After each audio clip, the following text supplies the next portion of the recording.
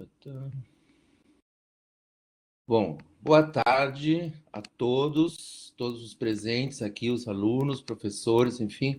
Agradeço, né, a presença de todos vocês e nesse momento, então, também aproveito para saudar a colega professora do Departamento de Humanidades e Ciências de la Educación de la Universidad de la República de la Ciudad de Montevideo, Uruguay, o mejor diciendo, la Universidad de Uruguay, que se sitúa en la ciudad de Montevideo, professora Andrea Dias Genes. Professora, buenas tardes, boa tarde. Prazer em tê-la conosco nessa tarde, nesse fórum, para discutir uma temática, né, bastante interessante, principalmente que é a questão das filosofias da diferença em relação à decolonialidade e também, né, as implicações que isso tem para a educação matemática. No dia de hoje, a professora Andrea fará uma introdução sobre as filosofias da diferença, a partir da crítica à ilustração kantiana, e nessa crítica, ou nessa ilustração, entenda-se principalmente as questões referentes à moralidade e racionalidade, que foram feitas por Friedrich Nietzsche, né, nos anos de 1800, e vai trazer também alguns aportes do Michel Foucault, e de como isso, de alguma maneira, pode se derivar para o pensamento educacional.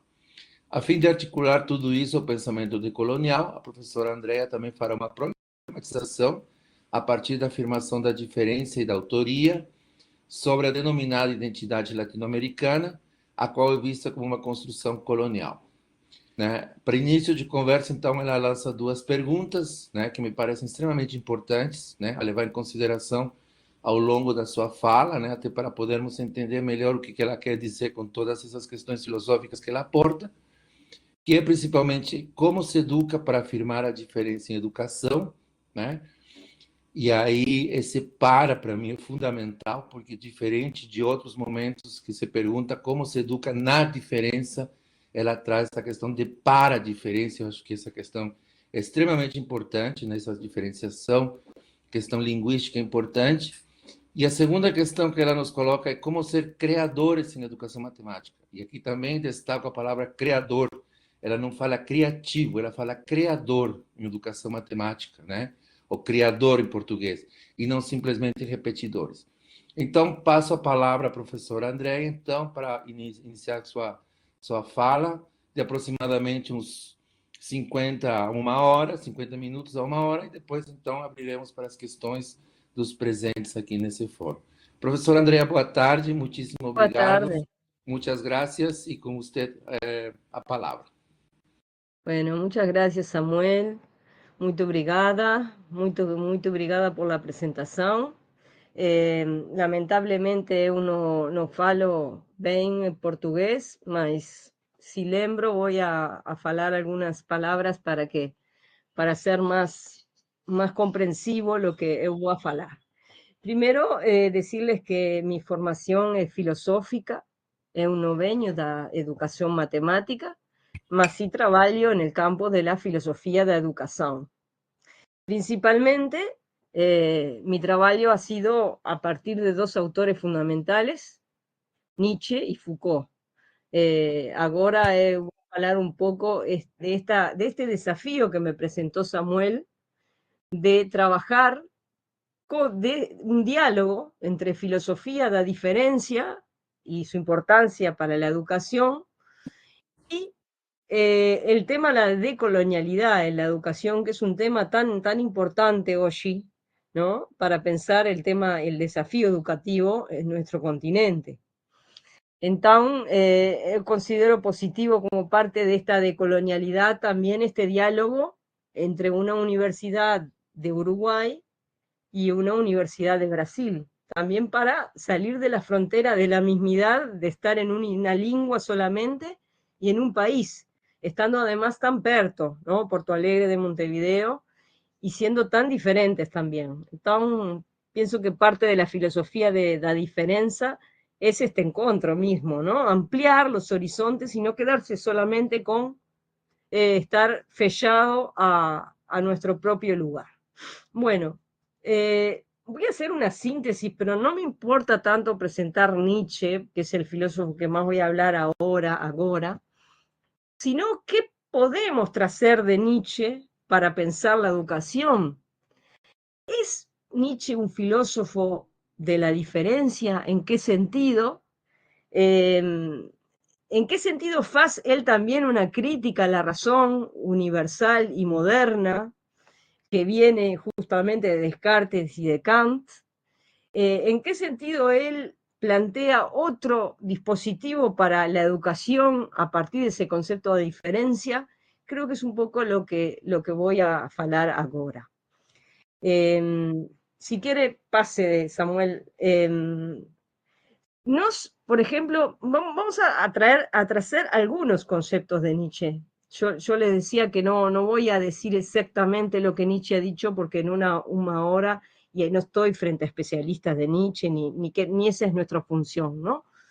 Pero básicamente él tiene dos obras que fala explícitamente sobre educación, que es El porvenir de nuestras instituciones educativas, Schopenhauer como educador. Él mismo dice en su autobiografía, en Ecce Homo, que cuando él fala de Schopenhauer como educador en su obra, él en realidad está hablando de Nietzsche como educador. Acá está la cita que justamente él habla de que concibe al filósofo como una materia explosiva que se halla en peligro y que separa el concepto de filósofo del concepto de Kant, ¿sí?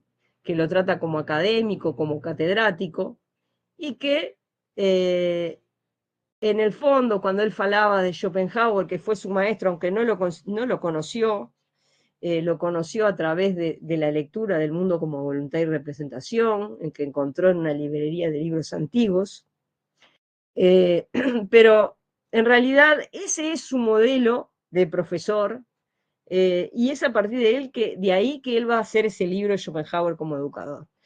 Entonces él dice que ahí hace toda una crítica a la psicología del erudito, ¿sí? Y que ese libro expresa el sentimiento de distancia, la profunda seguridad sobre lo que en mí puede ser la tarea y lo que puede ser medio entre acto y accesorio. Pasamos, Samuel.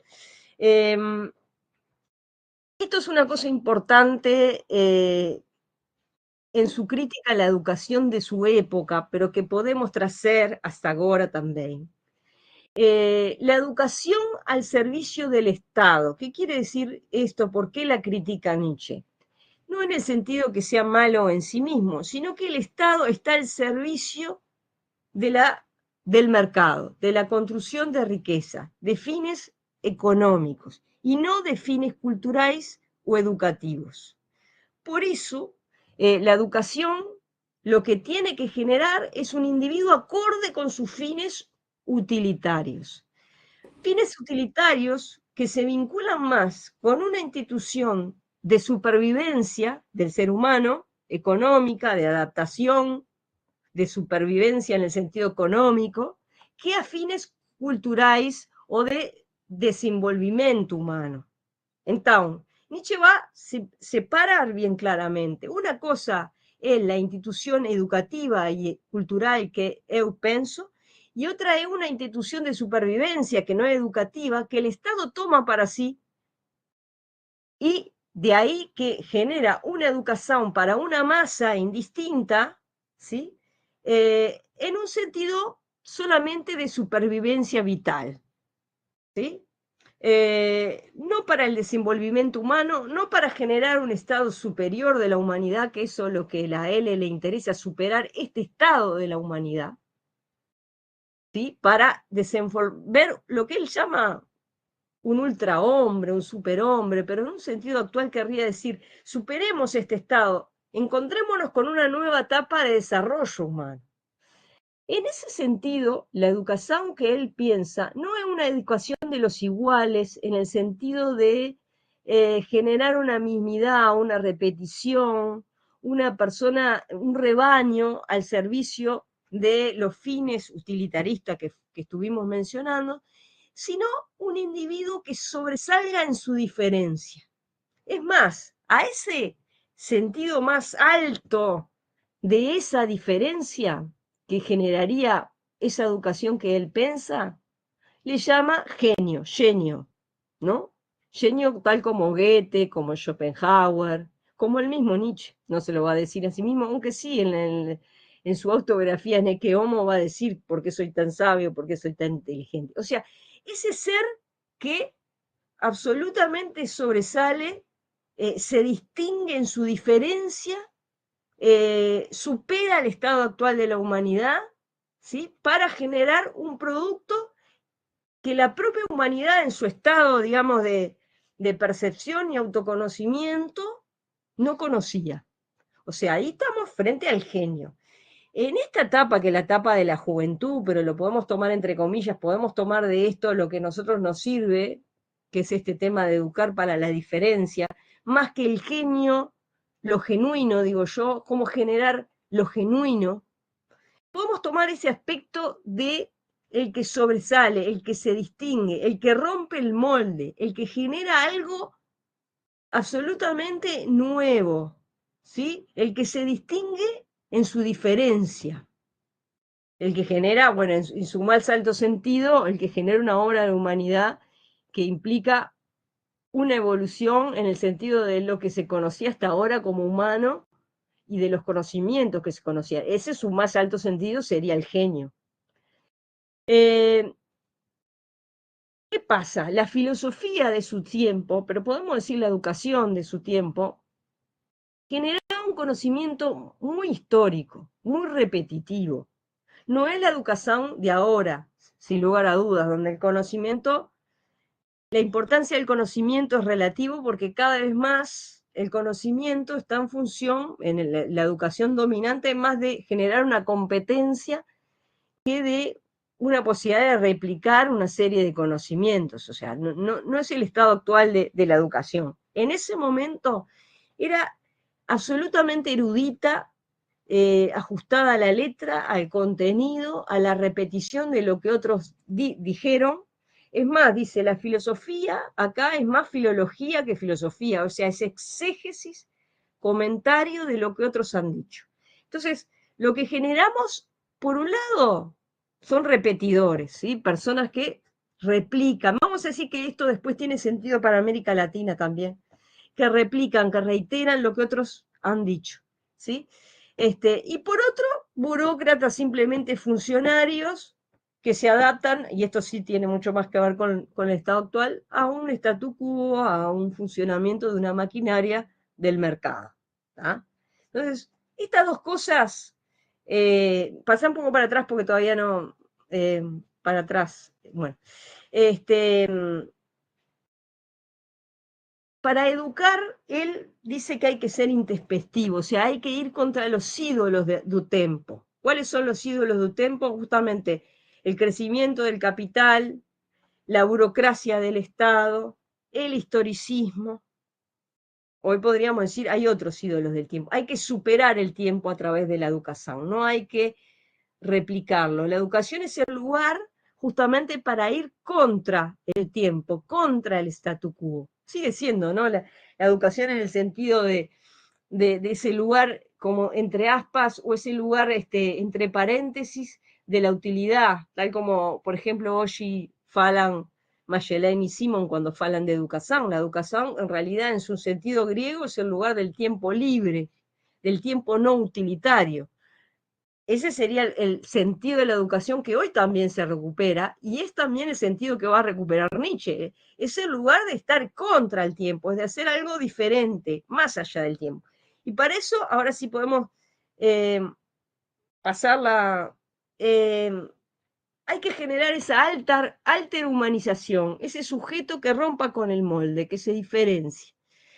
Claro que uno podría decir, claro, el filósofo, la idea del filósofo que él tiene, es un filósofo precisamente que no es un empleado del Estado, que no es un obrero, ¿sí? Que es una persona altamente peligrosa para el statu quo, que va a decir cosas que rompan con el statu quo. Entonces, el educando que él está pensando es una persona que sea, en definitivamente, altamente peligrosa para el statu quo también, que pueda hacer la diferencia, que pueda trascender los ídolos del tiempo. Bom, então,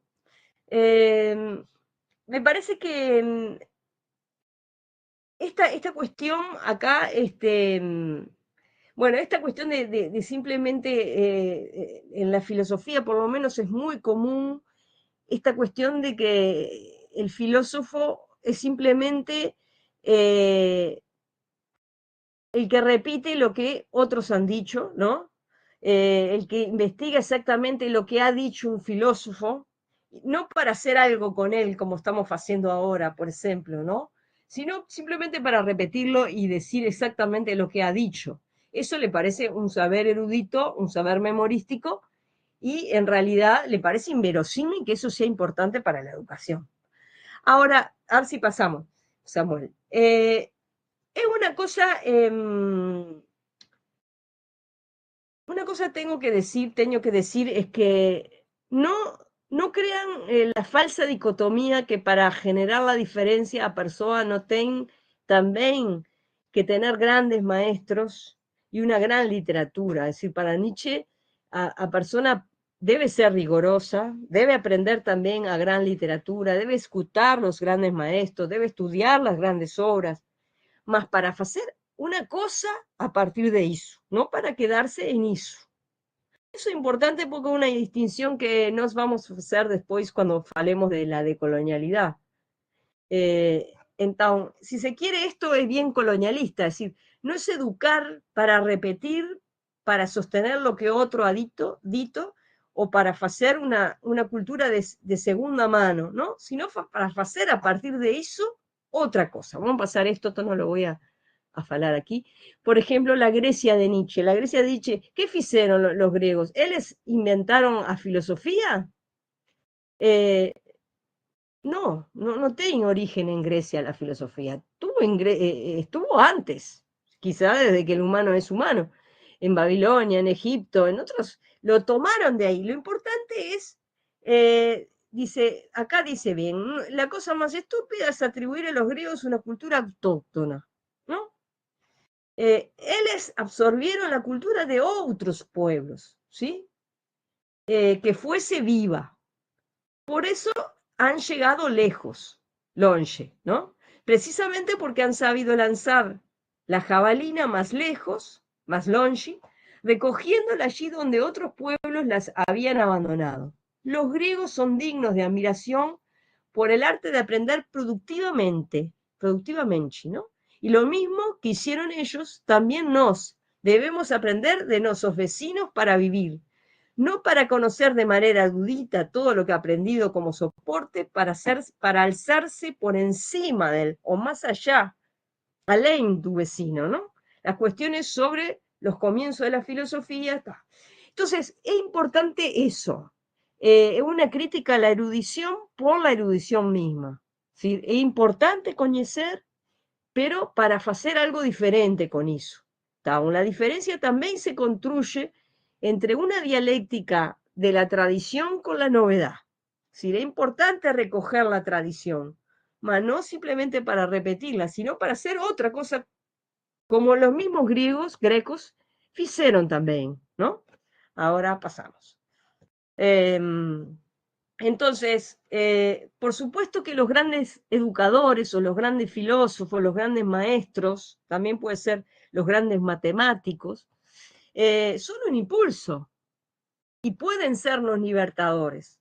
Mas la liberación tiene que venir de un desenvolvimiento del alumno, no acreditando que él ya es un genio de punto de partida. No, él tiene que someterse también al rigor de esos grandes maestros, de esa cultura de los maestros, más para superarla, ¿sí? Para encontrar algo nuevo a partir de eso. Eso es lo importante en Nietzsche, ¿no? Es el encuentro con lo mismo para generar la diferencia, ¿no? Entonces, por supuesto que los grandes maestros, las grandes tradiciones son una patria, son un hogar, y pueden ser un gran incentivo para generar una cultura, ¿sí? Pero siempre como base, ¿no? Pasamos. Entonces, él dice unas cosas muy lindas, por ejemplo, cosa que es muy, muy simple, pero tenemos que volver a lembrar, que en definitiva lo más importante de la educación es aprender a leer, a escribir y a mirar con los grandes maestros. Nada menos, no es el leer, escribir simplemente, sino con los grandes maestros. Pero para que eso nos dé el rigor, la altura intelectual para superarlos. ¿Sí? Porque lo importante de la educación es que está al servicio de producir lo genuino y el genio, en último sentido, ¿no? En la filosofía educativa Nietzsche.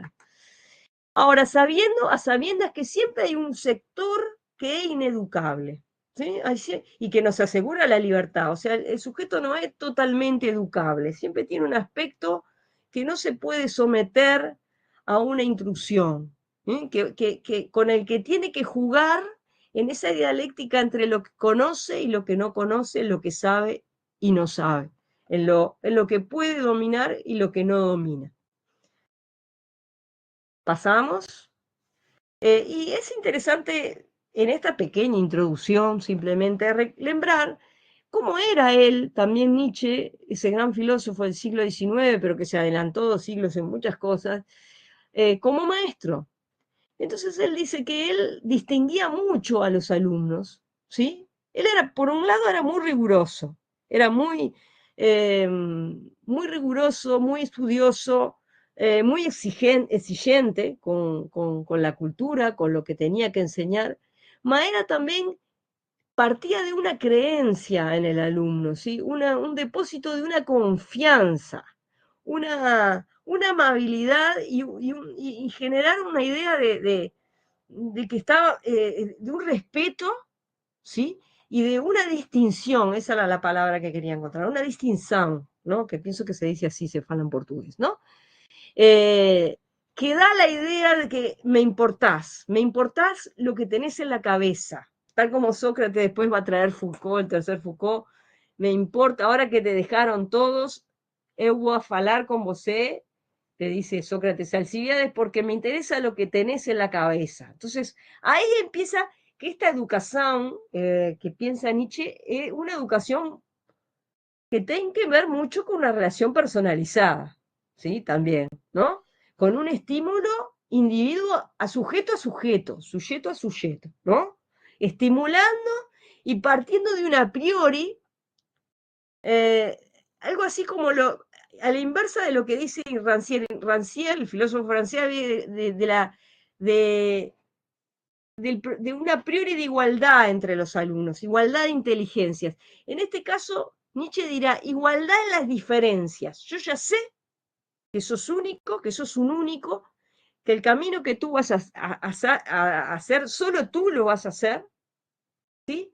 Pero creo y te doy la distinción y el respeto de que sos alguien, voy a entrar en interacción contigo porque me importás. O sea, diferencia, ¿no? Queda en segundo plano como maestro, ¿no?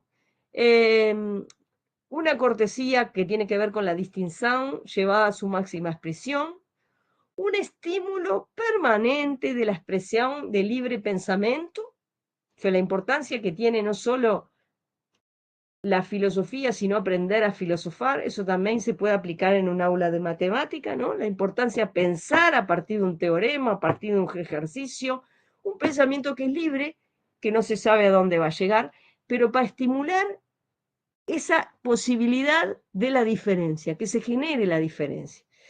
El interés del desarrollo de la propia personalidad, no una educación que igual para todos, sino diferente para cada uno, es lo que él está pensando. Después veremos si es aplicable o no, pero es lo que está pensando. No puede haber una educación igual para todos porque todos somos diferentes. Entonces, esta relación individualizada es muy importante. Esta importancia de transmitir la seriedad del estudio, el amor, el rigor al estudio, una preparación muy meticulosa, parece espontánea, pero muy meticulosa de los materiales, de los tiempos, y una dedicación absoluta a los ideales buscados. Bueno, acá tenemos Fellar una especie de que se sabe, se tienen testimonios, ¿no? De cómo era Nietzsche como educador, que me parece interesante como para buscar una correspondencia con lo anterior, con lo que estábamos hablando anteriormente. Bueno, pasamos. Bueno, Lo importante también es que, como dicen en Zaratustra, el buen discípulo es el que corta con los maestros, corta con el maestro, es el que supera al maestro, es el que rompe con el maestro, no es la idea replicar al maestro, sino la actitud del maestro, que es otra cosa, ¿no? Eso va a estar, un buen maestro un buen discípulo debe traicionar a su maestro, eso está en el Zaratustra. Bueno, lo que ya falé, la diferencia entre educaciones educativas, tenemos que defender esto de educativo, no es una institución de necesidad vital, eso otra cosa, en todo caso una preparación para el mercado laboral, pero la institución de la educación tiene un propósito propio que no tiene que ver con las necesidades de supervivencia, tal como lo piensa Nietzsche, ¿no? Bueno, pasamos. Y bueno, esta cuestión de la singularidad que todos tenemos dentro de nos, y él repite ahí una frase muy linda, es en Schopenhauer como educador, que dice, tú misma no eres nada disu, se dice el alma, nadie puede construirte el ponte sobre el cual tú precisamente tienes que caminar sobre el río de la vida, nadie lo puede hacer excepto tú. En efecto, hay innumerables senderos, caminos, puentes, semidioses que quieren llevarte al río, pero solo perdiéndote a ti misma, ¿no? Al precio de ti mismo. Para que te, para que te lleven debes hipotecarte y perderte. Hay un solo camino en el mundo por el que no puede ir ninguém, excepto tú. ¿A dónde conduce? No preguntes, síguelo. O sea, la absolutamente genuinidad diferencia del camino de cada uno, ¿no? La individualidad de eso, no existe un molde. Lo que uno hace realmente no tiene molde. Entonces, ¿a dónde conduce? No lo sabemos, pero el maestro tiene que incentivar esa posibilidad, ¿no? De generar ese ser genuino que hay en cada uno de nosotros, sin entender con esto que no hay un aspecto que tiene que ver con la tradición está presente, pero está presente para ser superada en Nietzsche, ¿está? Bueno, hasta aquí yo voy a dejar Nietzsche y vamos a ver, si quieres poner un poco de la otra diapositiva de, que es de Quijano, ¿sí? De Quijano, Quijano. Quijano, ok, Quijano. Só um minutinho. Un poquito. Pronto. Bueno, ahí está. Yo estuve hablando de la diferencia, ¿no? Y bueno, hay muchas cosas que yo podría decir en relación a esto, pero una cosa importante es que Nietzsche fue un filósofo que también luchó con la tradición moderna, ¿sí? La modernidad que tenía una idea de verdad basada en la razón, tal como por ejemplo la presentaba Descartes, una razón que separaba materia, mente y materia, ¿no? Res extensa, res cogitans, como de hecho la matemática es producto de la construcción de un objeto ideal que no se encuentra en el mundo, se podría decir es una interpretación del mundo, no es algo que se genere en una objetividad material. Él cree que esta razón, que incluso Kant, por ejemplo, cuando habla de la crítica, dice, lo que sostiene la crítica es la razón, y la modernidad se tiene que definir como el atreverse a pensar por sí mismo, superar la minoría de edad, así lo define la modernidad Kant. Bueno, en realidad esta minoridad, en términos de la historia del pensamiento, la trata de superar Nietzsche cuando dice, ¿qué hay detrás de la voluntad de verdad que tanto matriza Occidente? ¿No? ¿Qué hay detrás de la razón que critica?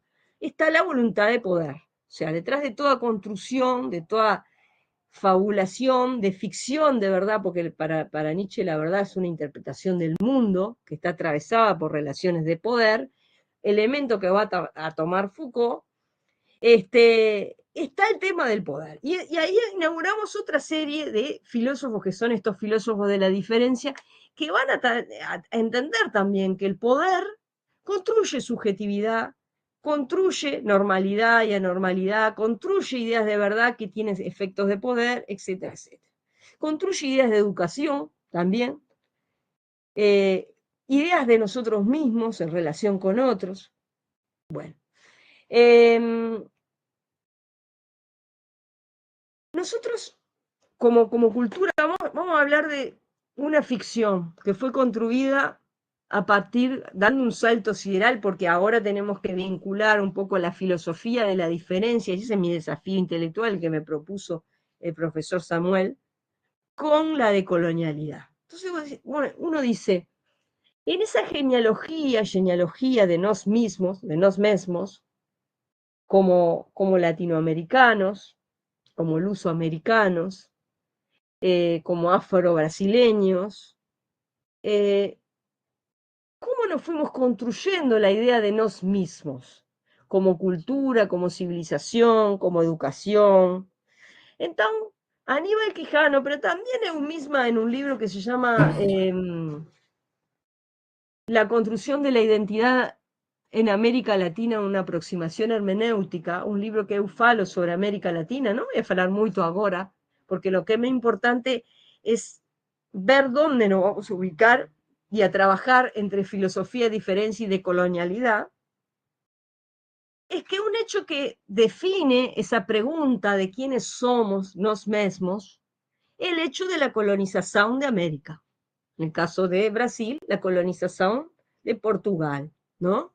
Y en el caso de de España, ¿no? Entonces, no nos podemos definir o empezar a preguntar acerca de quiénes somos, sino a partir de ese hecho violento, por supuesto, que nos funda a partir de la colonización. La colonización, por supuesto, que es una colonización militar, es una colonización también del poder, es una colonización económica que sustrajo todas las riquezas de América hacia Europa. Más Quijano, que uno de los fundadores de la colonialidad, un pensador peruano, y ahora vamos a decir, ¿qué tiene que ver Quijano y después un africano que voy a hablar, que es Bembe, con Nietzsche? Bueno, tiene que ver, ¿sí? Quijano dice, bueno, está bien, hubo colonización. Eso, por supuesto, en el siglo XV, siglo XVI y en adelante. Más a partir del siglo XIX comienza un proceso de independencia de la colonia. Ven, eso es colonización. Mas la colonialidad, diríamos portugués, es la pervivencia de una estructura de poder, de dominación, ¿sí? Que tiene que ver, si partimos de Nietzsche, con la idea de verdad, con la interpretación de un mundo. La colonización no es solo económica, política, es también mental, es también epistemológica. Detrás de nuestra idea de nos mismos hay relaciones de poder. En esas relaciones de poder, en el caso de América, tal como dijo Quijano, y es una gran... Quijano murió en el 2018, nació en el 28, para que vean, es actual, pensador actual. Hay un tema que es fundamental para nos, que tiene que ver con esa ideología del poder que nos atraviesa en esa ontología de nos mismos, como fala Foucault, que es la raza, el concepto de racismo. Racismo, por supuesto que se basa en una cuestión que tiene que ver con el color de la piel, siendo la clase superior la clase blanca, ¿no? Y las clases inferiores las que provienen de los pueblos originarios o las culturas africanas, la piel negra, ¿no? Más no es una cuestión de pele, es una cuestión de poder, es una invención ideológica, ¿sí? Que tiene un trasfondo y se constituye como un dispositivo de poder. El tema de la raza. Las jerarquías, ¿sí? Entre la raza blanca superior, colonizadora, y la de los colonizados. Por supuesto que con lo que dice Quijano, con la conquista de América, comienza la modernidad. No comienza con Kant y el Atrévete a saber, que es en el siglo XVIII. Comienza en el siglo XVI, dice Quijano, con la conquista de un otro inferior. Europa en ese momento era una serie de pequeños países que no eran el centro de un mundo, ¿no? ¿Cómo se constituye en el centro de un mundo? Con respecto a un otro que conquistan, que es inferior, ¿sí? Entonces, a través del concepto de racismo que ahí inventan. ¿No? Por ejemplo, para poner un paréntesis, para ir vinculando cosas. Kant decía, atrévete a saber, pero ¿quién se atrevía a saber en el siglo XVIII? Decía, bueno, pueden atreverse a saber los burgueses hombres universitarios, Manuel Pobo y mucho menos las mujeres. Pero también en otros escritos de antropología, geografía, decía, un hombre negro no puede pensar ni ser educado, ¿sí? Solo puede ser adiestrado. El indígena tampoco, no es un hombre que debe ser adiestrado, nunca educado, no puede ser ilustrado. Entonces, el mismo Kant ayudó a generar o a potenciar las definiciones de racismo, del racismo moderno. Uno puede decir, los filósofos de la diferencia, ¿quiénes son? Foucault, Nietzsche, Derrida, Deleuze. Todos estos filósofos son decoloniales, no lo son. Sin embargo, tienen cantidad de conceptos que se pueden hermanar con la filosofía decolonial. De hecho, ahora vamos a ver en breve un filósofo africano, Bembe, que utiliza Foucault y categorías de Foucault y de Deleuze para pensar, por ejemplo, en la necropolítica. Es decir, cómo hay una política que genera muerte, ¿no? Y que está basada en un patrón colonial. Esto significa, yo lo voy a decir después, más adelante, cuando fale de Bembe, acá lo tengo, que hay algo común, no, dejar para Quijano todavía, ainda vamos a poner Quijano, que hay cosas en común entre la filosofía de la diferencia y la decolonialidad. Si querés pasar a la última parte de Bembe, porque yo me refiero ahí, bueno, a la última, a ver, ahí, no, antes, a ver, antes, no, después, a ver ahí, bueno, no lo encuentro acá, a ver, uno más, Maizuna, Maizuma, bueno, no lo tengo acá. Bueno, no importa. Ahora sí volvemos a... ¿Qué voy a acá, que fica aquí? Me parece importante decir esto porque parecen como saltos en el tiempo, pero grosso modo, ¿sí? ¿En qué se puede connotar una filosofía de la diferencia? Estuve hablando solo de Nietzsche y algo de Foucault, finalmente en una hora no puedo hablar. Hay cosas muy importantes en ambos proyectos. Hay una crítica del universalismo y de la homogeneización, ¿sí? Entonces, una crítica decolonial va a hablar de la diferencia también, de la diferencia cultural, del aporte genuino de una cultura que debe superar una colonización mental, ¿sí? Una colonización económica, por supuesto, política, pero también educativa y mental, ¿sí? La universidad en sí misma es uno de los centros de la colonización epistémica en Occidente. Entonces, la importancia de superar la homogeneidad y criticar una especie, no el universalismo en sí, porque no es que no podamos pautar un cierto universalismo, siempre y cuando sea un pluriversalismo. O sea, donde realmente las diferencias afloren y no sea que el universalismo sea un provincialismo, una forma de provincialismo europeo, ¿no? O sea, se toma como universal la cultura europea imposta, ¿no? A través de la colonización y el racismo. Por supuesto que también la idea de encerrar la diversidad en un unitarismo, en donde, por ejemplo, en términos educativos, todos tienen que ser educados iguales, tienen que educar para ciertos parámetros, de acuerdo a ciertos criterios y en base a ciertos fines que tienen que ver con la economía o la supervivencia. Tampoco hay un modelo único de racionalidad, tanto la filosofía de la diferencia, por ejemplo, dice, parafraseando a Nietzsche, dice, o mundo es más objetivo cuanto más interpretaciones hay, cuanto más miradas oleares hay de una misma cosa. No es objetivo en el sentido de objetivo, sino que la importancia que tiene las interpretaciones, las epistemes en sentido plural, porque no hay una verdad única. Hay verdades que se perpetúan por relaciones de poder.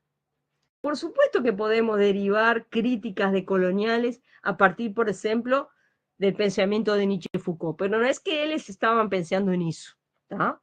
Sino que esto que toman muchos pensadores decoloniales algunos de esos pensamientos, pero tienen ese parecido de familia que esa filosofía de la diferencia podría ayudar a pensar en términos de colonial. También una revalorización de lo múltiple y de lo marginal, ¿sí? Una filosofía de las diferencias culturales, lingüísticas, generadas por nuevas formas de ser, la importancia de rescatar la alteridad, esos saberes negados, invisibilizados. En Foucault ni que hablar que eso aparece. Foucault saben que es un kantiano nietzscheano, tiene de las dos escuelas, pero en tanto nietzscheano, él va a decir, bueno, esa verdad que se perpetúa como normalidad, que otros, ¿cómo se va construyendo? Por ejemplo, la normalidad se va construyendo contra un otro que es el loco, el maluco, que está fuera de la normalidad, ¿no? El homosexual, el niño masturbador, la mujer, en fin, él igual con la mujer mucho no, tampoco es un filósofo de género, ¿no? No es que la filosofía de la diferencia abarque todo tampoco, ¿no? Mas son filosofías que permiten dialogar con la decolonialidad porque tienen esa apertura a la alteridad y a la posibilidad de rescatar saberes otros. Críticas, por supuesto, a un colonialismo epistemológico, a grandes narrativas que excluyen otras formas de pensar, promueven una ética de la apertura, un pensamiento abierto a lo nuevo, a lo inesperado, a las posibilidades que surgen del encuentro con lo diferente. Y bueno, la diferencia clara es que el pensamiento de la diferencia, la filosofía de la diferencia nace en el contexto europeo y el nuestro en el sur global. O sea, el sur global puede estar en Europa, el sur global, todas aquellas culturas que están sometidas a las lógicas del poder colonial, ¿no? Bueno, ahora sí. Entonces, esta idea de que hay un mundo global nace, según Quijano, a partir de la conquista, con respecto a ese otro. Lo moderno se asoció con Europa, con lo civilizado, con lo actual, y se dejó lo incivilizado, lo bárbaro, ya lo sabemos, para las culturas conquistadas. Vamos a pasar a Chilemembe, que me parece que está muy bueno porque Achille Mbembe, ¿no? Un filósofo de Camerún, actual, por supuesto que es un hombre que tiene cerca de más de 60 años hoy día, uno de los referentes, de los pensadores africanos de la decolonialidad, también influido por el pensamiento de la diferencia, sobre todo a partir de Michel Foucault. Es un pensador, a mí me parece un pensador magnífico porque es un pensador que está vivo, está pensando a partir de justamente, no de una forma, si se quiere, aplicó la filosofía educativa nietzscheana, tomando lo que viene sin etiquetas, pero tratando de hacer algo absolutamente nuevo, ¿sí? Entonces, vamos a pasar, me parece que él también critica el tema del racismo, obviamente, en una cultura que fue de las más, en el racismo de la colonización, más que el indígena por supuesto fue transformado en siervo, pero el que fue transformado en esclavo fue el negro. Entonces, no hay raza, entre comillas, que haya sufrido más que el negro africano, ¿no? Entonces, hay muchas heridas, hay mucho allí que falar para pensar algo nuevo, ¿no? A partir de África, a partir de la conciencia de esa colonización, de esa brutalidad de lo que vivieron, de lo que vivió África. Y por lo tanto, como dice mi amigo Borges, también del país de África más grande del mundo que es Brasil, ¿no? Hablando irónicamente. ¿Por qué? Evidentemente, la población negra más grande de África está en Brasil, de los que vinieron de África. Entonces, es muy importante pensar en términos africanos también, en términos afro-brasileños, ¿no? Entonces, dice que hay que descolonizar la universidad, porque la universidad es el centro de lo que no quería Nietzsche con el alumno, ¿no? De la reproducción, de la repetición, de lo que se considera valioso que es la cultura europea. Eso no hubiera ocurrido antes de la colonización, porque eran unos pueblos que existían allí y que no eran el centro del mundo ni se creía en el centro de un mundo. Ahora, después de la colonización, eso tiene un efecto de colonialidad que se mantiene en el tiempo y la universidad es la estructura que lo replica. Entonces, hay que descolonizar los edificios, ¿no? También hay que pensar cómo descolonizar. Eso lo pensó un poco Foucault cuando empezó, y también lo pensó Nietzsche, ¿no? Perdón, Kant, cuando empezó la arquitectura, ¿no? De las universidades, qué significa los sitios, cómo están emplazados, las personas ¿cómo se dice? Se valoran a través de los monumentos, ¿no? ¿Dónde se ponen? ¿A quién se coloca? ¿Por qué se coloca? Bueno, nosotros hemos tenido, por ejemplo, muchos problemas con todas las conmemoraciones que tienen que ver con Colón. No sé en el caso de Brasil si ha habido problemas con eso. Bueno, en África también otros problemas con entronizar o destacar personas que tienen que ver mucho con los procesos de colonización, ¿no?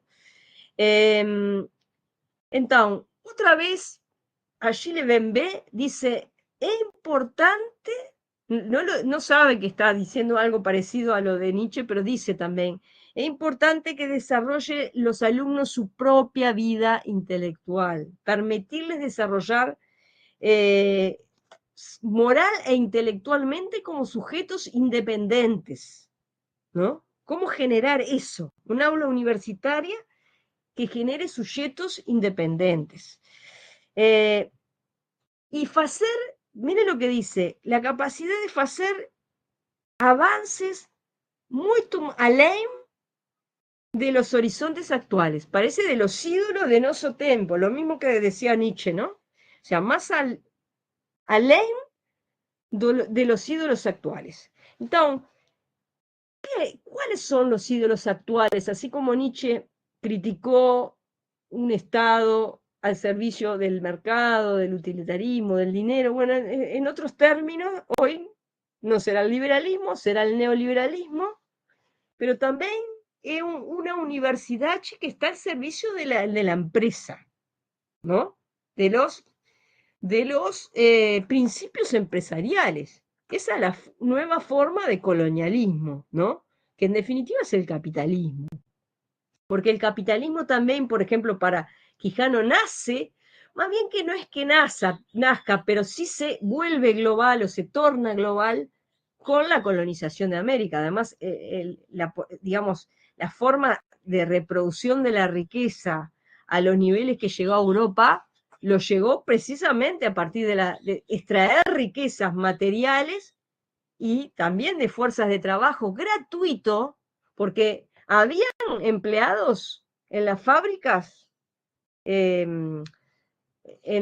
europeas, ¿no? O sea, habían obreros que vendían su fuerza material, más en América no. En América no había un salario, había simplemente servidumbre o esclavitud. Entonces, el rendimiento era, para el crecimiento del capitalismo fue sideral con la conquista de América, ¿no? Entonces,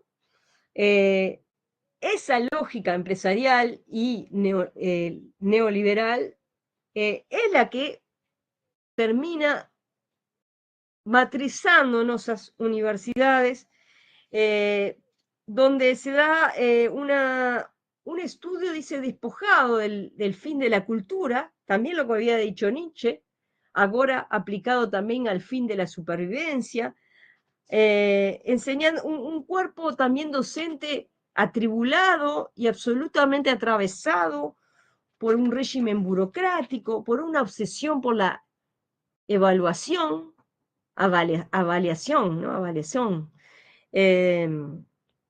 Las universidades se tornan un control burocrático, autoritario, estandarizado. En Brasil, mucho más que Uruguay, por ejemplo, si vamos, el sistema universitario en Brasil es mucho más estandarizado incluso que Uruguay, donde todo se clasifica, hay créditos, hay calificaciones, hay sanciones, hay una disuasión de que el sujeto en definitiva esté para el desenvolvimiento de esa diferencia, sino que esté sometido a aplicar esos estándares, ¿sí? A llegar a esos números, a llegar a esa productividad que se exige, a tener esos créditos. Entonces, las personas en definitiva dejan de buscar conocimiento y están en función, y menos esa posibilidad de hacer una diferencia, sino están en función de aplicar o sostener ese sistema de acreditación y de puntaje, ¿no? Bueno, de estándar de logro, aceptable o no. El profesorado absolutamente atravesado por esa lógica de movilidad ascendente, buscando un estatus, ¿no? Si quieren, pasamos, a ver. Ah, no, antes. Entonces, una obsesión, estas universidad sometida a la economía neoliberal, colonialista o neocolonialista, tiene una obsesión por la evaluación, ¿no? Avaliación de cada faceta, y gasta, como decía un profesor una vez que escuché, dice, se gasta más en controlar la calidad del conocimiento, calidad entre comillas, ¿no? Que en el conocimiento mismo. Esto es una cosa que no genera esa posibilidad de que estamos hablando de una educación centrada en el fin educativo, ¿no? También es una institución al servicio de la supervivencia. En términos de conocimiento, la universidad está eurocentrada, el conocimiento que más vale es el europeo, el acreditado por Europa, los autores europeos, en filosofía, en matemática, en educación. Es más, las lenguas a las que se somete, es mejor hacer un artículo, por ejemplo, en inglés, ¿no? Que en portugués o en español, ¿no? Tienen que publicar en revistas de tales calificaciones, de tales impactos, que son revistas en inglés, ¿no? Están sometidas también por toda una economía detrás. Entonces, dice Membe, se ignoran otras tradiciones epistemológicas de conocimiento. Él no está diciendo que tenemos que ignorar el conocimiento europeo, él mismo usa Foucault, ¿no? sino que dice que tenemos que ampliar las epistemologías, que el universalismo es un pluriversalismo, como va a decir Enrique Dussel también, el filósofo argentino. Tenemos que ir a una transmodernidad, porque los únicos modernos, científicos, racionales, tampoco son los europeos. Existía una racionalidad también en los pueblos africanos, existía también una racionalidad en los pueblos indígenas, que, por ejemplo, los mayas, los aztecas, que tienen una astronomía, una astrología, una matemática, ¿no? No es que no existe, no es que sea magia y lo otro racionalidad. Hay otras racionalidades, hay otras matemáticas, eso puede falar bien o profesor Samuel, ¿sí? La única matemática no es la matemática occidental, no es universal en sentido eurocéntrica, no. Hay otras matemáticas, otras formas de entender la relación entre la matemática y el contexto, hay otras formas de educar matemáticamente, eso tenemos que buscarlo, ¿no? Bueno, entonces, tenemos que superar estas formas de opresión que hay a través de considerar universalidad igual conocimiento europeo o eurocéntrico. Entonces, lo de las políticas del lenguaje tiene que ver con esto de qué lenguas también vamos a apelar a la hora de falar en una academia descolonizada, ¿no? Que entienda la diferencia, ahora sí, a diferencia en un sentido de un proceso de decolonialidad, es otra forma de entender la diferencia. Yo iba a falar, y no voy a falar mucho de esto, pero cuando yo decía, falaba de autoría, iba a hablar de autoría, no me voy a meter en el tema autoría, pero ¿cuál es la diferencia? La diferencia es, no la sabemos, no sabemos hasta cuándo va a llegar a la diferencia, pero lo que sí sabemos es que no es la imitación, no es simplemente la repetición, simplemente no de construir las bases colonialistas, epistémicas y eurocéntricas que nos determinan. En principio es eso, tenemos que deconstruir eso y abrirnos a un diálogo entre la diversidad del mundo, de epistemologías, de fuentes culturales. Son muy sesgadas las fuentes culturales nosas fuentes, ¿no? No se valora las culturas africanas, por supuesto, las lenguas, la lengua también tiene que ver, ¿no? ¿Qué lenguas son las dominantes?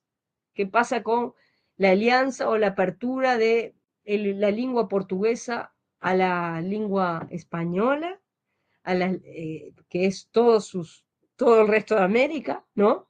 ¿Qué importancia le da a ese conocimiento?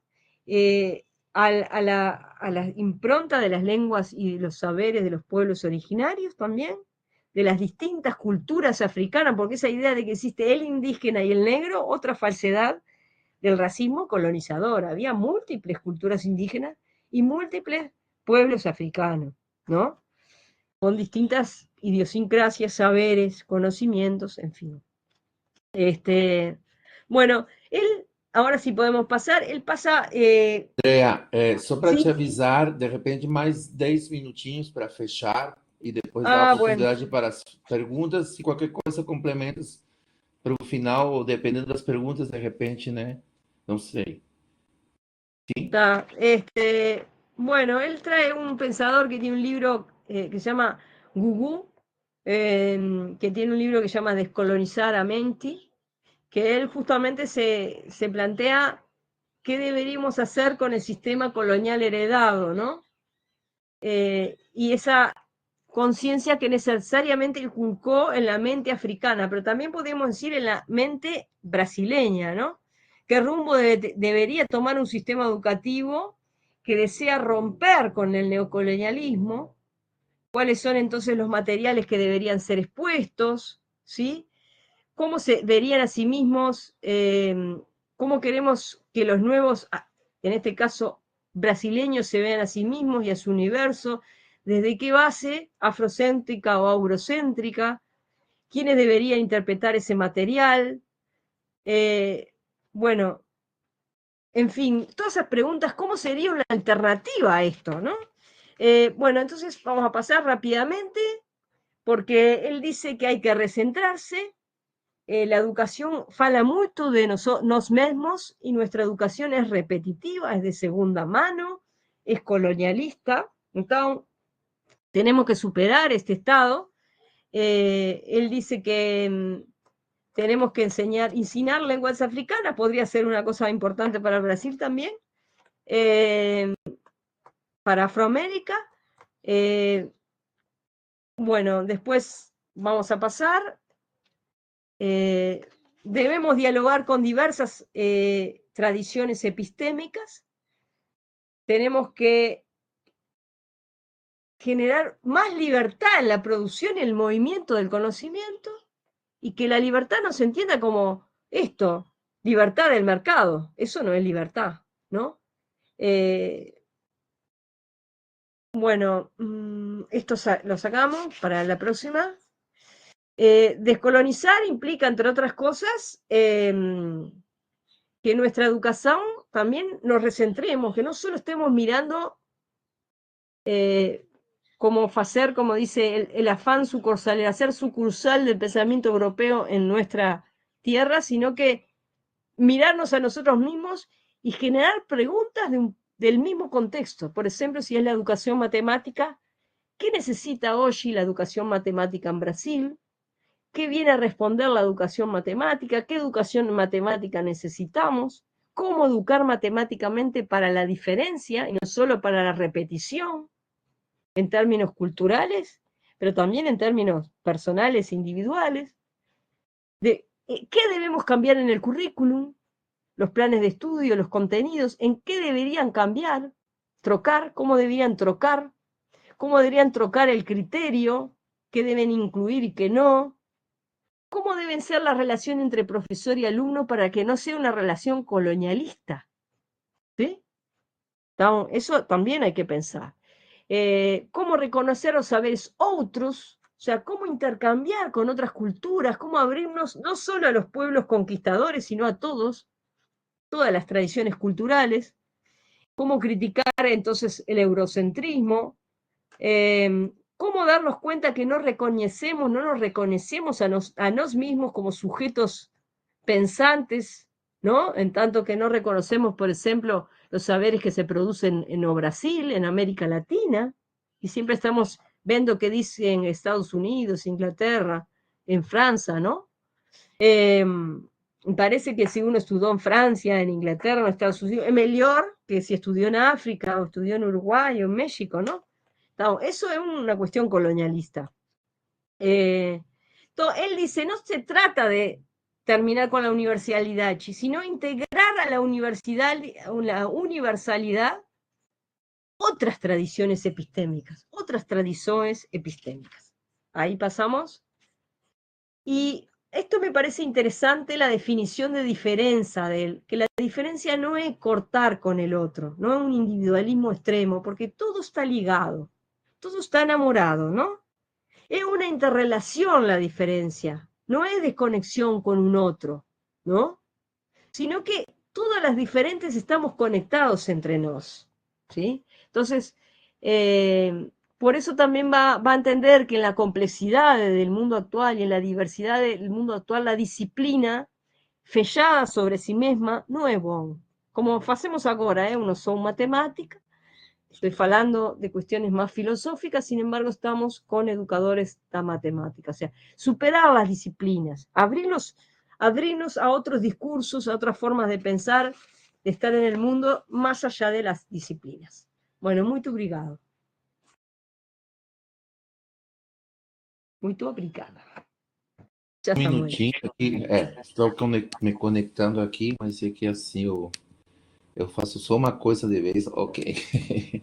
Bom, muitíssimo obrigado, Andréia, pela apresentação, muitas temáticas e muitos conceitos, coisas que dão o que pensar. E eu vou começar a te fazer uma pergunta que eu vou articulá-la com uma pergunta que o Pablo Henrique Tolfo fez para um aluno nosso, tá? E aí vou te colocar assim a pergunta, vou falar devagar para o pessoal que fala português entender, acompanhar, e você que está em espanhol conseguir me entender. No, eu entendo tudo. Não falo, mas entendo. Quando eu li aquele livro que tu me mandaste do Bembe sobre decolonizar a universidade, me chamou a atenção que o primeiro capítulo referia-se a questões de felicidade e êxito, né? Que se Felicidad a gente, y e sucesso, éxito, né? éxito. Acho que havia formação para o êxito, para o sucesso. É uma questão referente à felicidade e a felicidade cunhada ao sucesso, vamos dizer assim, né? E aí me chamou a atenção, porque como tu vinha falar sobre as questões da diferença, uma dos primeiros motes a partir do qual Nietzsche faz sua crítica a Kant é a questão da moral, tá? Mm. E a moral, ela foi uma coisa que, cunhada à ciência pelo próprio Kant, né, trouxe, de alguma maneira, ou aporta, ou resgata, desde Platão, né, digamos assim, o comprometimento com uma suposta identidade, digamos assim, tua individual, né? Trago essa questão da identidade, porque a questão da identidade é um tema que está em pauta, é um tema que tem entrado na educação matemática com muita força, né? E aí, o que eu comecei a pensar, né? Comecei pensando o seguinte: bom, quando Nietzsche se questiona pela questão da moral e traz toda essa questão da vontade de potência, né? Ele nos lança uma inquietação no sentido de que essa nossa diferença, essa nossa singularidade, estaria muito mais por aquilo que a gente pode fazer e não por aquilo que a gente é. Porque aquilo que a gente pode, enquanto potência de agir, que seria uma forma de afirmar a nossa diferença, se dá a partir do que a gente tem e não a partir do que a gente é. No entanto, a questão do ser, ele tem muito mais compromisso com a essência, porque, de alguma maneira, no pressuposto kantiano, ele nos arrasta para a pergunta: o que você deve em função do que você é? Ou seja, o que você deve em função da sua essência, em função da sua identidade. Ou seja, em outras palavras, traduzindo em miúdos, eu fico pensando, quando se trata, né, de ver, por exemplo, a educação e a escola em função da decolonização, a gente perde de vista exatamente o caráter moralista e moralizante dessas instituições e que, de alguma maneira, reivindicam, a partir de seus discursos, a produção de determinadas identidades. Ou seja, haveria uma conexão entre identidade e moral. Aí, então, eu te pergunto, né? Como, então, trabalhamos, ou como, então, fazemos esse processo de desconstrução, ao mesmo tempo de importância política que a identidade tem, né? Enquanto, digamos assim, numa estrutura representativa, em função exatamente desse comprometimento com algumas obrigações ou com alguns comportamentos de caráter moral que se fundam, inclusive, nas próprias instituições educacionais, né? E isso me chamou a atenção porque o primeiro capítulo do BMB traz essa questão das instituições universitárias como aquelas que vão, de alguma maneira, promover determinados comportamentos.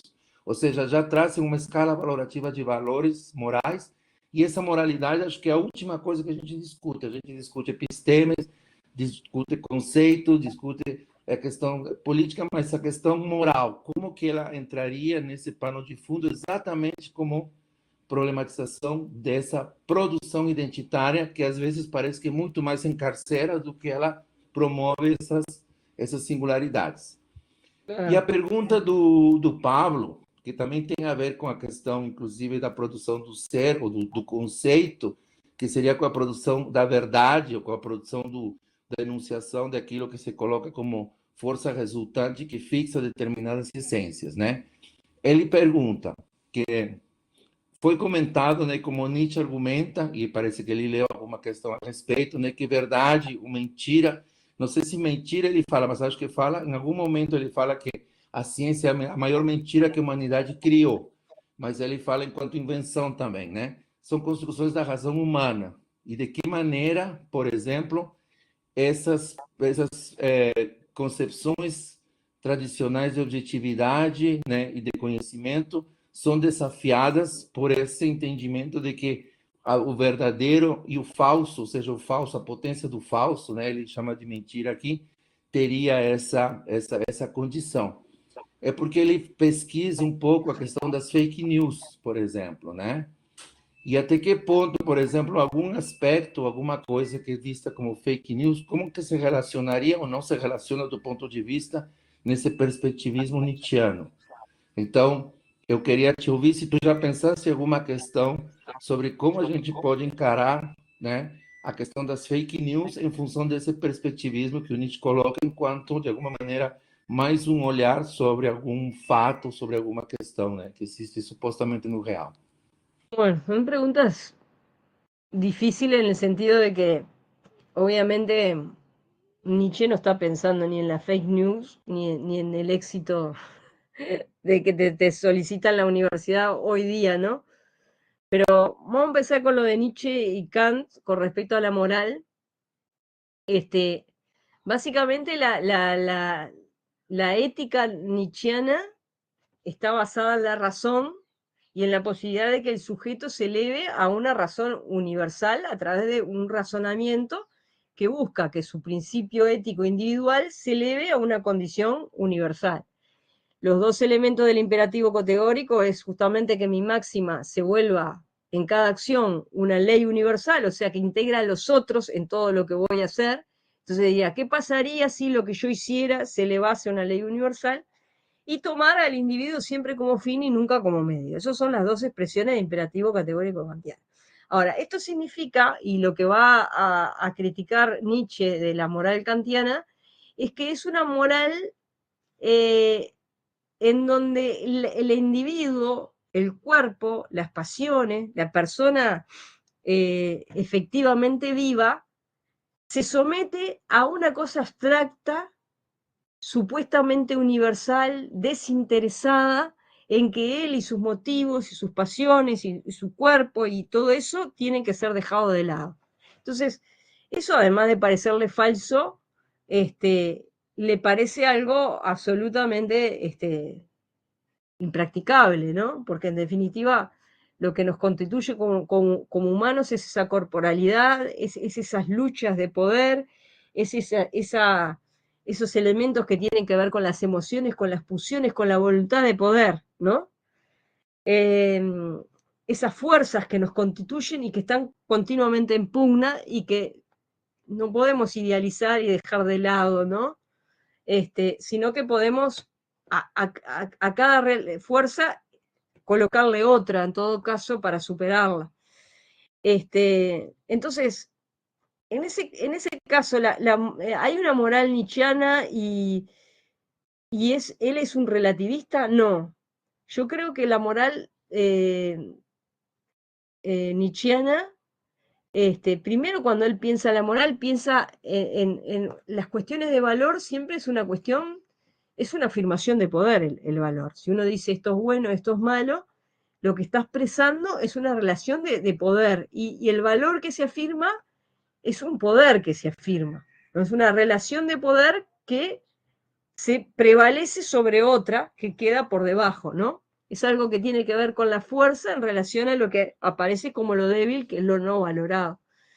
Ahora, yo creo que no es un relativista en el sentido de que qué es lo que vale más para Nietzsche, lo que afirma la voluntad de poder, que en definitiva es la afirmación de la vida en todas sus circunstancias. Entonces, creo que no es, creo que la voluntad de poder en su máxima expresión es eso, la voluntad de afirmación de la vida en Nietzsche, ¿no? Entonces, todo lo que niega la vida o la resiente o le quita fuerza y poder de afirmación es malo. Todo lo que la aumenta la voluntad de poder, de afirmación de la vida, en definitiva, es bueno. Eso sería la moral nietzscheana, ¿no? Muy grosso modo. Por supuesto que todas estas búsquedas de una persona exitosa en términos del mercado y todo eso es algo que evidentemente tanto Nietzsche como Chile Bembe va a criticar, no va, por supuesto que es una moral, y es una moral que va en el sentido de la dominación, pero no va en el sentido de la afirmación de la vida, ¿no? Sino más bien en la destrucción de la vida, y es, más bien tiene que ver con lo que Bembe dice de la necropolítica, o sea, termina nuestra forma de construcción actual, que él le llama antropoceno, como tantos otros, ¿no? Este estado actual civilizatorio, nos va a llevar a la finalidad de la humanidad, ¿no? A la muerte, no a la afirmación de la vida. O sea, en todo caso, sí es una voluntad de dominio que niega la vida, que termina negando la vida. Entonces, ese éxito en realidad es mortuorio, es negativo, no puede ser afirmativo, en el sentido de la voluntad de poder nietzscheana, ¿no? No sé si eso puede... y sí, obvio que hay formas de representación y de valor que tienen que ver con relaciones de poder que están triunfando, pero que son parte de la necropolítica, como dice Achille Bembe, ¿no? Bueno, y lo de la verdad y la mentira en un sentido ultramoral, en el caso de Nietzsche, es, bueno, que la verdad es una mentira que se ha olvidado que lo es, la definición de verdad. La ciencia construye verdades, pero que son interpretaciones de mundo, porque no existen hechos para Nietzsche, sino interpretaciones, múltiples interpretaciones, y esto también es una interpretación, ¿no? Dice Nietzsche. Por supuesto que hay interpretaciones en sentido de la fuerza y la afirmación de la vida y otros que son negadores de la vida, ¿no? En el caso de la fake news tiene que ver con el engaño, ¿no? Con el engaño, digamos, uno puede decir, bueno, si la verdad es una mentira, la fake news es una mentira, por qué vale menos o vale más, ¿no?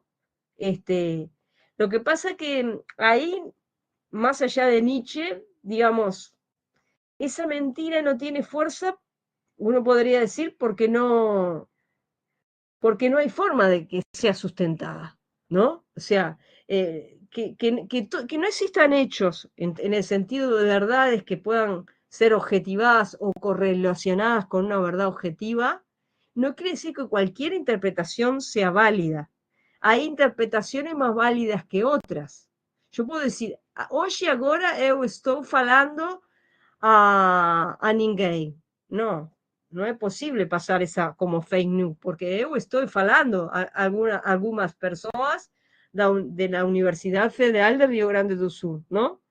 Então, não é possível sostener isso. Então, eu penso, não, mais allá de Nietzsche, que si bien podemos acreditar que la verdad es una interpretación, no cualquier interpretación es válida. Hay que poder sustentar esa verdad, por lo menos dentro de un régimen de verdades de los que nosotros partimos en un ámbito académico, ¿no? Entonces, Nietzsche no era relativista, y eu tampoco. Entonces, la fake news es una mentira que para sustentarla habría que decir que cualquier mentira es válida como cualquier otra, porque es una ficción y porque la verdad no existe. No, hay verdades e interpretaciones de un mundo que pueden ser sostenidas y otras que no. Además de todas las consecuencias que eso tiene, ¿no?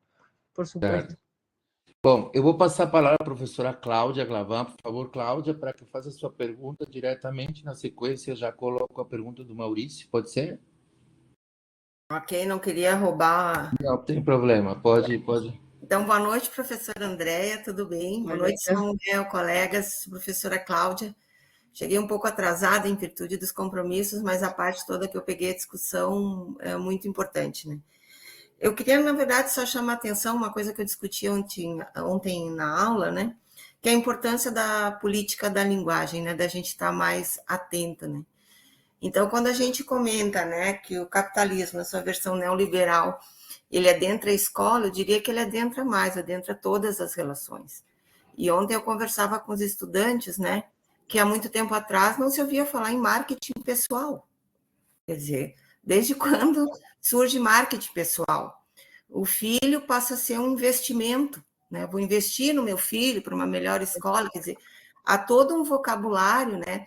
E eu vi esses dias até um comentário dizendo que provavelmente daqui um pouco os casamentos vão ser vistos como um acoplamento de duas empresas, né? Então, enquanto uma estiver dando rendimento para a outra, o casamento continua, né?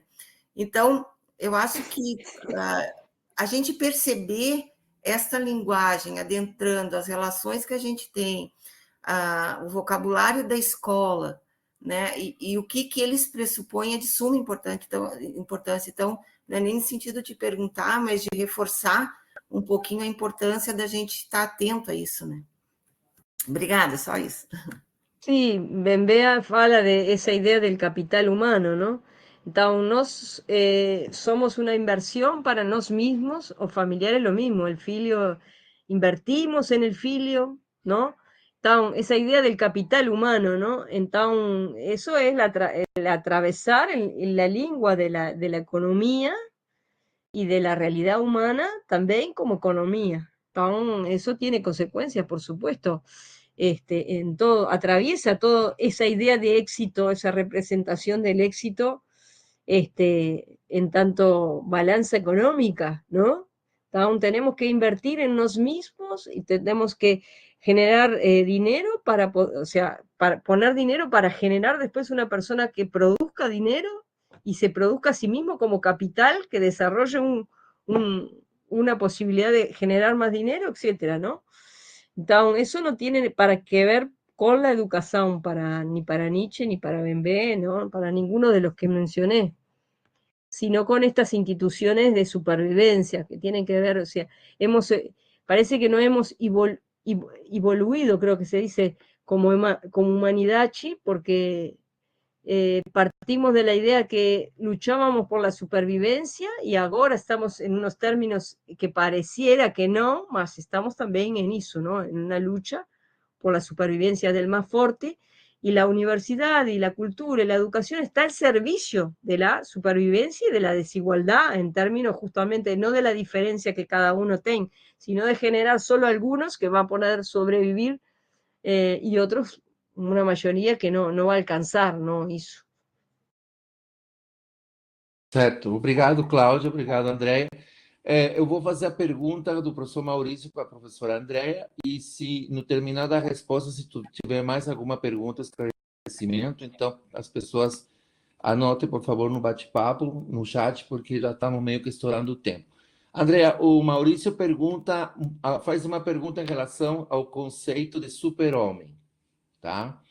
Ele pergunta se o conceito de super-homem do Nietzsche, ao desafiar as questões do mismo, do padrão, e que também, de alguma maneira, também tem a ver com as questões de alguma certa normalidade, enfim, né? Pode ser compreendido como também um movimento decolonial, por exemplo, do próprio Nietzsche em relação ao conceito de raça, ou também poderia ser compreendido, por exemplo, como uma coisa queer, uma coisa relativa a essa teoria.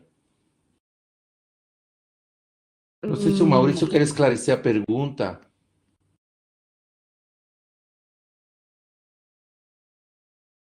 No, el superhombre Nietzsche, primero, bueno, sí, no sé, Mauricio Pode quiere... perguntar, Maurício, é que também eu não entendi a questão. Na verdade, a ideia do além do homem, uma pessoa que desafia a normalidade em termos criativos, em termos de que que desafia a normalidade, desafia o padrão, né? Se essa perspectiva hoje, em termos de raça, poderia ser chamado atualmente de decolonial, e se essa perspectiva, na sua compreensão, é claro, porque não é Nietzsche, é nós hoje, poderia ser chamado de queer, em termos de gênero e sexualidade, embora isso não seja na perspectiva do próprio conceito. Sí, porque fíjate que todos los decoloniales se cruzan con el tema de género, ¿sí? Toda la crítica al género como una forma de reproducir justamente la colonización a la interna de las relaciones humanas, porque en la interna de las relaciones humanas hay un hombre dominante con respecto a una mujer, ¿no? Dominada. Y ese binarismo sexual ha sido el patrón también de la colonialidad a la interna de las relaciones humanas. En definitiva, lo queer no es una categoría, sino que la ruptura de las categorías. O sea, todos somos raros, todos somos diversos, y las categorías de la diferencia no han servido sino para generar dominación. Entonces, en ese sentido, uno podría decir, todas estas filosofías de la diferencia irían en ese sentido de superar estas categorías del binarismo sexual y de la cuestión de género, y sí. Bueno, un ejemplo de eso, la filósofa que sigue esta seguidilla, digamos, Nietzsche-Foucault, es Judith Butler, ¿no? Y y Paul Preciado posteriormente. Entonces son todas esas filósofas que entran en el tema queer, siguiendo las categorías que ya vinieron de la filosofía de la diferencia llevadas a su extremo, ¿no?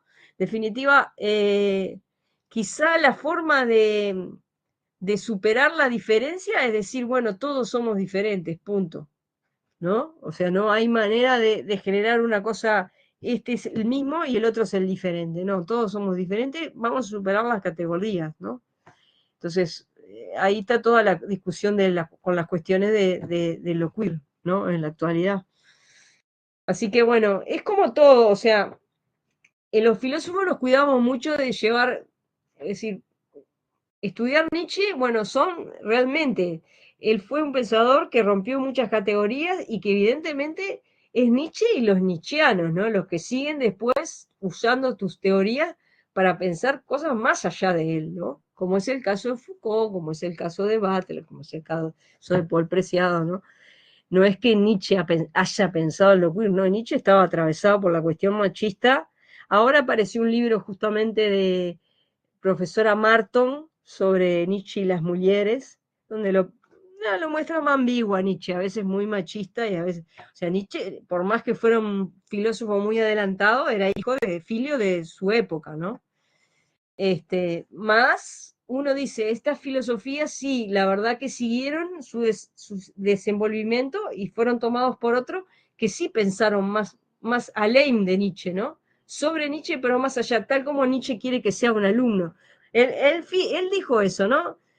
El maestro el alumno tiene que traicionar al maestro. Bueno, estos traicionaron todos y lo superaron y bueno, llegamos a la actualidad donde todos esos pensamientos están siendo posibles, ¿no?